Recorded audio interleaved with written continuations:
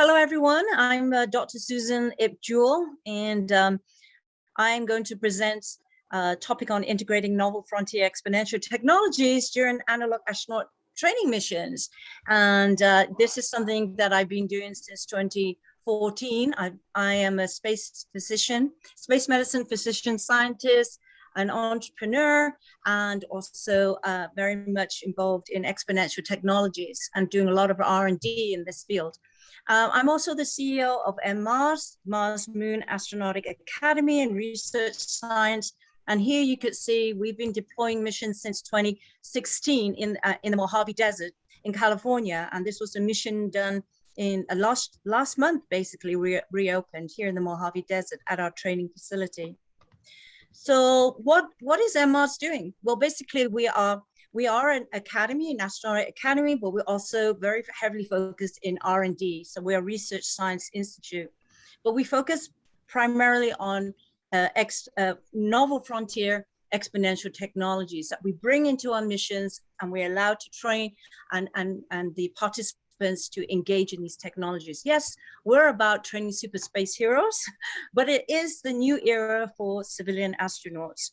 And that is kind of what I think our sort of mission is for now, is to train these new civilian astronauts who one day to live in space and work in space. So we all know this. We just saw this. The last 2 months has been an amazing time. It is a new era. It is the opening of civilian space, or civilian astronauts that will probably not in the next 10, 20 years be living and working in space on the Moon and Mars. So this is William Shatner. We all know Captain Kirk. And this was his statement when he came back. He had the overview phenomenon effect, this spiritual transformation. And he said, everybody in the world needs to do this, basically go into space and have this transformative experience. So as I said, it is an exciting time, a new era of civilian astronauts. But yes, these are great. They're the pioneers, and there are the early what we call civilian astronauts. And they come from, non-military, the new right stuff, I'm going to say, right? Here is, you have a cancer survivor, an actor, and a businessman, and they're astronauts now.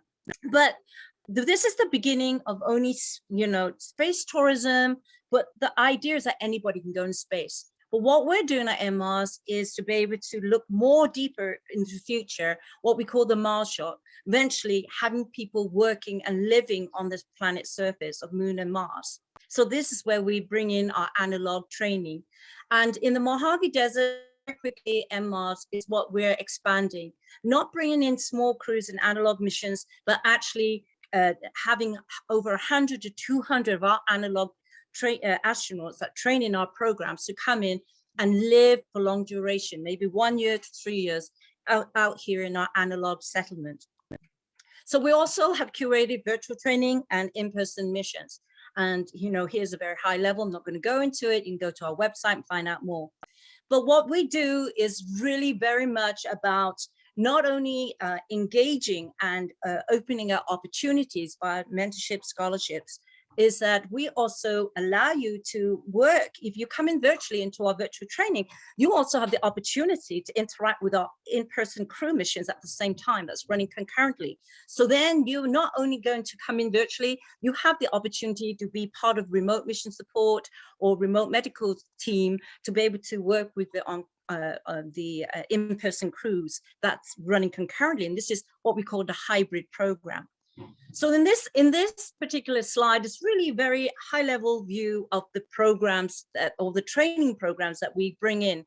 And at the bottom, you can see some examples in, images of a lot of the exponential technologies that you engage in and you get introduced to, and also have the opportunity to continue working on them or with the team, with our teams, after you leave the mission, right? So here you could see all the way from, using telemedicine, spatial computing, we've developed using VR, AR to train, space medics, and so on and so forth. This is kind of what I think is unique about MARS, is that we have a curated training program at different levels as you come into our missions. So we also offer specialized training programs. that is a deeper immersive dive into particular verticals, right, that you might be interested in. And then the expansion, this is exciting for us because we've been running our missions since 2016, but now we're going to expand out to the advanced training. And we're literally 35 minutes from Mojave Spaceport here in California City. And so and my co-founder is a commercial pilot. So we'll be offering zero-G parabolic training flights end of 2022, early 2023. We've already started our underwater, what we call aquanauts training, doing what we call medical EVAs, extravehicular activities, learning search and rescue underwater. And there's lava tube literally like an hour and a half away from us outside Las Vegas. So by 2023, we're also creating underground simulations in the lava tubes. But what I want to now spend a few minutes is to talk about some of these really what we call novel frontier exponential technologies, multiple projects that we've been working on since 2016, right? And also developing new projects with new technologies. So here you could see participants engage in very cutting edge research. And some of these pictures showing you, for example, the upper left here is we're developing and using trying to train the crews, non-medical crews, how to conduct tele-anesthesia and telesurgery using spatial computing, using robotics. This is a robotic arm that is all 3D printed, and it's remotely controlled. This was remotely controlled several hundred miles away by an expert that is training this crew here, non-medical crew, how to do telesurgery and teleanesthesia. We're also deployed to and it's very high fidelity in Nepal at 15,000 feet, conducting, medical search and rescue using technologies and other technologies like here's this Magic Leap and doing triaging, right? Medical triaging. I'm going to show you some videos in a minute. And so that can give you a better immersive experience of some of these technologies and the potential that they will have, not only changing and supporting, astronauts living in deep space or deep space missions or on the planet's surface, but how it's going to change the paradigm of how we're going to conduct medicine or how we're going to train individuals in different sectors using these technologies. So I think this is something we've been doing for multiple years, is in the space medicine track, our R&D space medicine and medtech track, is being able to bring, for example, 3D printing, but using it to 3D print medical devices. Like, for example, here, this is a 3D printed Papier power air purifying respirator. This is an anesthesiologist. He's the creator, and he's actually conducting a real surgical procedure on a real patient in the OR wearing this. This is a very early prototype. Then this is something we've been working on, a solar-powered portable 3D laser cutter that we developed in 2016 with Matteo. We've been iterating that over the years and using this to print off grid, right? And printing medical tools, life support system, other things that you won't be able to do if you're on the power grid. So this is really amazing, innovation using 3D printing, but making it totally, solar powered. And then here's an example of the vapor jet, which you will see. This is going to change the way that we're going to do surgery in space because it's already 3D printed on the ISS. But the vapor jet is a device that's what we call email the STL files to that location. They 3D print out. And this is the capability eventually for us to do surgery in space.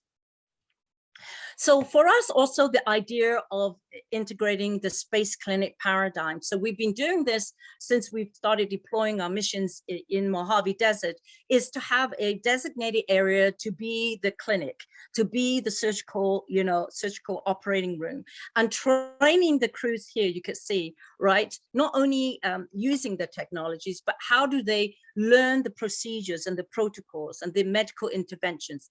But you can see, yes, we're focusing on medicine, but you can see the idea of the principle of that, the concept of that is to be able to use these technology in other fields. So not only are you going to learn medicine, you can be learning engineering, could be a plumber, a space plumber, using it for art, you know, being an astronaut, which we actually use VR. I'm going to show you in a minute. So yeah, so a lot of the technologies in our missions that we've done over the years, you know, using VR, AR, spatial computing, we've integrated into, for example, meditation, sonic bath, using music frequency.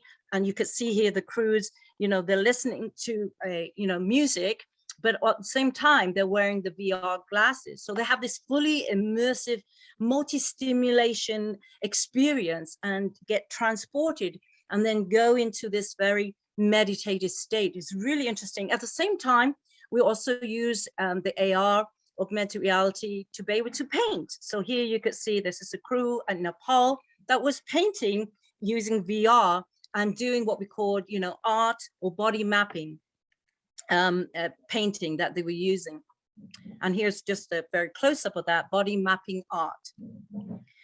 Last but not least, we also use VR to develop a project called the Burning Mars Love VR. This is a conflict resolution simulation training for crews in ice, right? Ice is isolated confined environments.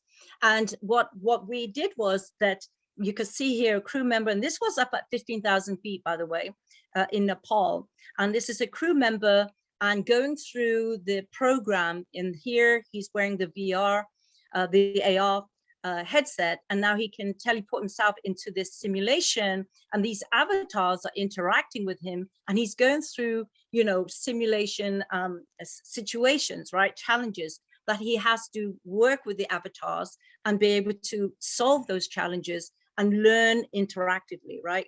What are those protocols? How do you deal with issues, right, to be able to resolve conflicts in a crew? And this is an image of us actually at 15,000 feet. We are the very first and only analog organization going to high fidelity mission training. And this is, if you could see, the base camp's right in the center, yellow. And this was really austere. It's 15,000 feet, literally only a few thousand feet from Everest Base Camp, which is what we're planning to go at the end of 2022. And here's the crew that, you know, that was deployed there.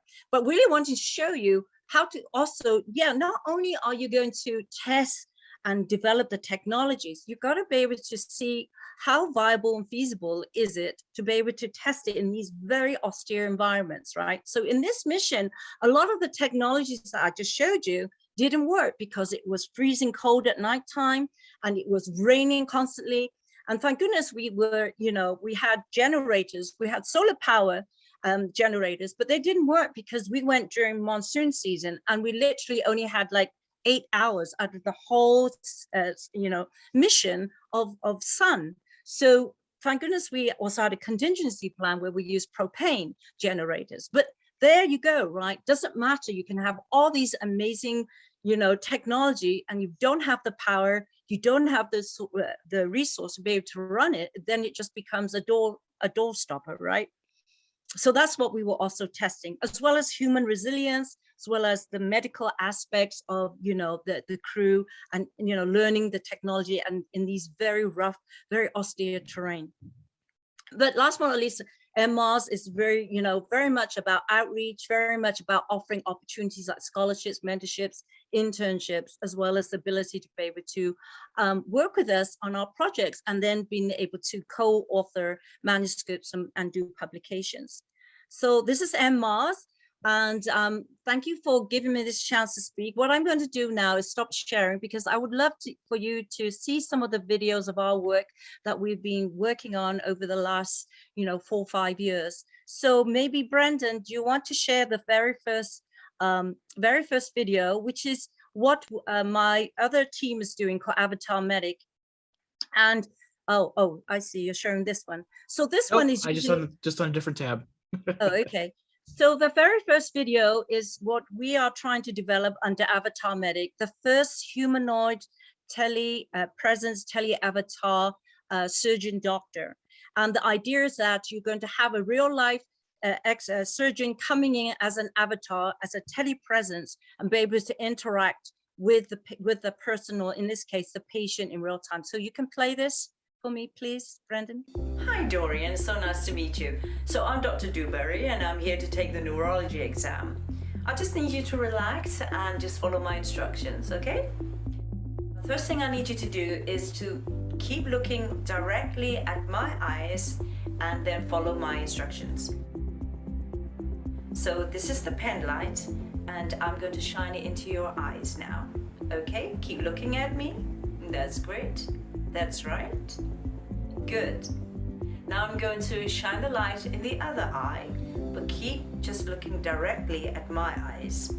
Right? Okay.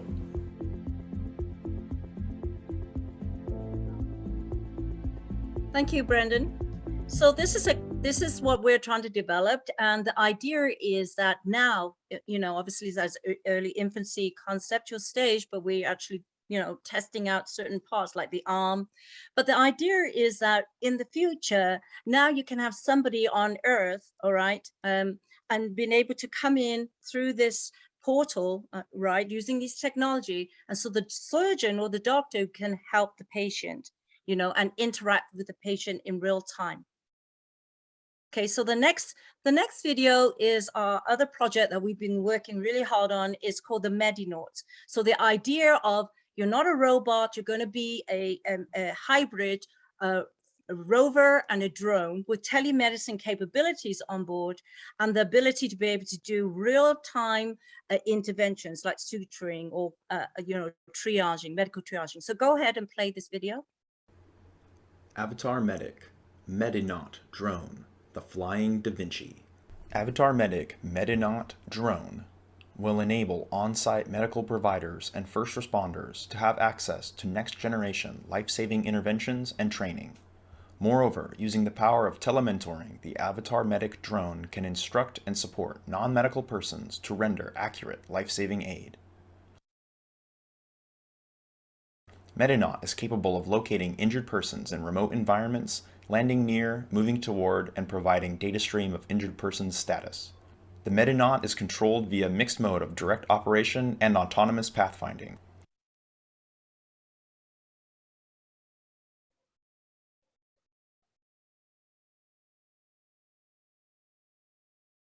Wheels with motors within and four-wheel steering ability enable ground mobility. The drone features two snake-armed articulating end effectors for grabbing and precise cutting and suturing. The end effectors are designed to enable wide pressure for bleeding control and patient assessment, along with retractable laparoscopic end effectors, opening the possibility of suturing and basic surgical interventions. Modular storage bays, modular splint backboard system, and other medical intervention technologies enable the Avatar Medic drone to render effective aid in remote and austere environments.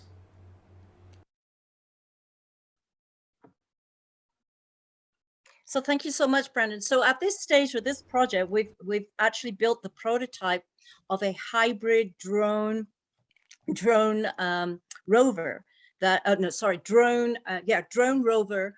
But the drone also has the capability to be a glider, so it can convert from a drone into a glider. Therefore, you can have vertical takeoff and also, a landing as a plane. So this is kind of the very early stage. Of course, the idea of the extensors, the robotic arm, that's something that we're still working on. But it's you have the concept. That's what it is to be, to be a visionary, to be a pioneer and innovator. You have a concept, and you got to try to build the crude prototype. So we're at that very early stage of the building that sort of first prototype.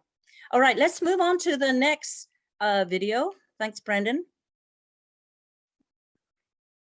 So Holo triage, before you play, is for us using spatial computing, which at this spatial computing right now commercially available is Magic Leap and HoloLens and HoloLens 2.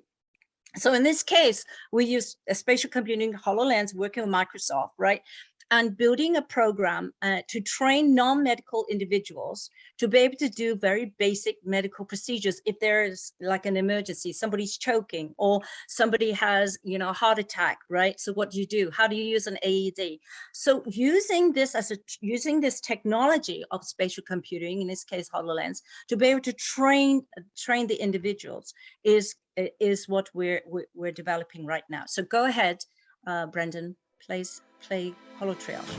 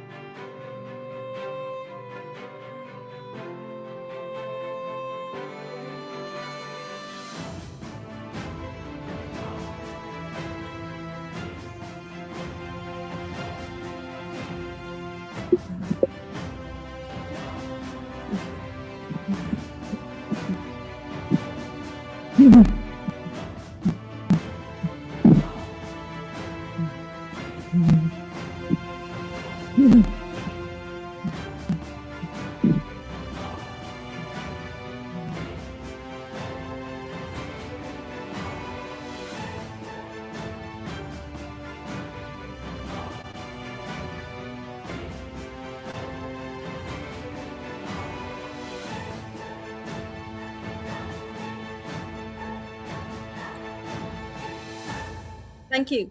Thank you so much, Brendan. So in that video, what you saw is the technology of spatial computing. Yes, it's the HoloLens 2, but what is spatial computing? Basically, you can see in that video, what you see is actually holographic images that are superimposed in a real environment, right?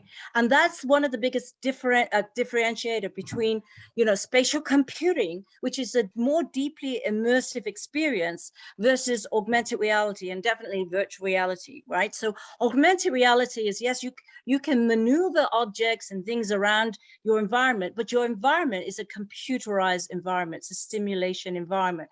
Versus with what you just saw with the HoloLens or spatial computing is that you superimpose your images in a real environment. So the setting is more authentic, the experience is more immersive, and that's what is so wonderful about this particular technology. Let's go on to the next, if we have enough time, to the next video. You got 5 minutes.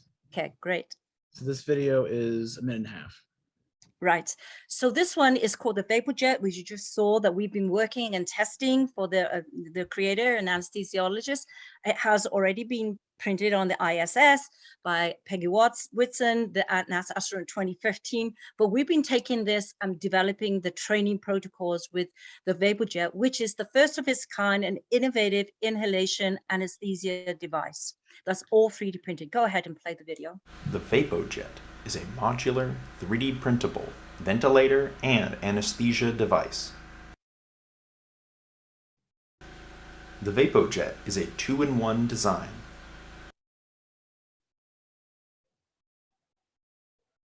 The Vapor Jet is 3D printable, modular, simple to construct, and extremely flexible.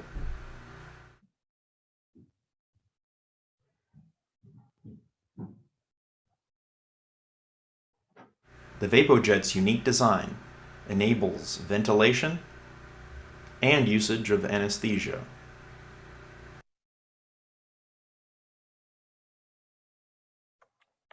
To make the VapoJet into a ventilator, you can use the BVM for airflow, or you can exchange the screw cap from the email ventilator.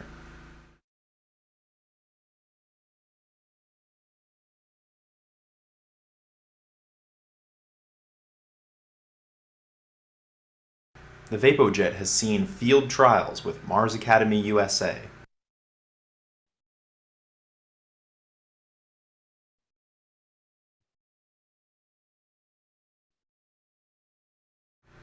And it has even been printed on the ISS.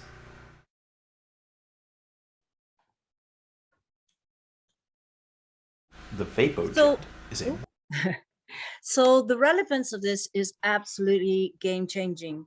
It's going to change the paradigm, how we're going to be able to perform surgery or anesthesia. First of all, before you do surgery, you want to, put the person to sleep, right? So to conduct anesthesia in remote isolated environments on Earth and in space is something that in space has been a huge challenge, right? To date, we haven't able to do surgery in space because we're not able to even, do anesthesia. And these equipment are huge and bulky and heavy, and it's just, in the hospital setting, right? So we're not going to use that. Now this is viable, and this is going to change the way that we are going to be able to provide medical interventions in space and also here on Earth, in a battlefield or in a disaster, right? So it has real implications. If once it is being validated to a point where it's commercially available, then it's really going to change the whole paradigm of supply and also training medical or non-medical people how to do these basic interventions, right, to save lives. Okay, I think this is the last video, right? If we have time. Well, we got 3 minutes left. Do you want to answer some questions? Yes, okay. Maybe yes, we can maybe put that last video link, and you can go and see. This last video is really focused on using spatial computing for geospatial location for first responders out in the field or in the, from the military in the battlefield and things like that. So it's really an amazing technology. And I think this discussion session was really to introduce you to some of these really cutting edge novel technologies that literally would change paradigms of how we're going to conduct here on Earth, and also supporting us when we become multiplanetary and settle on Moon and Mars. All right, so maybe you want to read out some questions for me? Maybe got time for one. Okay. Do you think the VR and isolated environment training can also help to cope with the stress of the Earth, Mars, and then the Mars Earth trip? Oh, absolutely. Absolutely. And we've been doing a lot of studies about maintaining wellness, mental health, physical, psychological health for our crews, right, in our analog missions. And you saw in my slides that we used it for VR integrated with sonic bath, which is, using music frequency and the VR immersion. We also actually have what we called a sort of simulated overview effect, where we have a spa. We have a portable spa with warm water. We've got built a waterproof VR goggles. They can have what we call the sensory deprivation experience in the water. But when you put the VR, it actually simulates, like, you give this experience as though you're floating in microgravity, right? And so definitely, I think the technology of VR, AR, XR, which I just explained with the difference, is literally going to help, and it does help maintain and mitigate a lot of psychological and issues when we have crews living, in isolated confined environments, and definitely for long duration space flights, right, to Mars, and eventually on when we do live on the surface of the planet, right, when we have large settlements, large communities living on the planet's surface, and those that don't want to come back, they're there permanently. So, this is kind of like a substitute. Of course, as the technology advances, gets more sophisticated, I think the emergence of reality and simulation is going to become so close that you wouldn't be able to differentiate the two. So it will be like the Star Trek Next Generation holodeck. you know, if you all watch Next Generation, the holodeck, that concept, that was science fiction. Not in reality, it's not. It's going to get to a point where the convergence of the two, you wouldn't be able to tell the difference. So that's really exciting for some. For me, it is. For others, you know, they question that. Okay, so do we have time for another question? Or Well, technically it's always the time we have, but right. Nathan was talking about something that he would actually like access, or know if you have access to the beta for the Holo triage. Yes. He actually works in health and personal safety, Mhm. and that would be great for using in training. Is that something that's available for others to try? Yes, you could work with us still under R&D, under Moz, one of our projects, but I've just reach out to me. I've just punched my email there. If you're interested in any of our projects, there's just a small sample, by the way. We have many other projects that we're working on. But anyway, reach out to me if you're interested, you know, collaborating or partnership, or you want to come into one of our, you know, training missions, virtually or in person. So thank you so much, everybody. This was a last minute sort of like slot in. So thank you for attending this session. And that's it, right, Brendan? Yeah, that's it. Thank you very All right, much. everybody. We'll see you in the next session. Yes, see you so much. Bye-bye.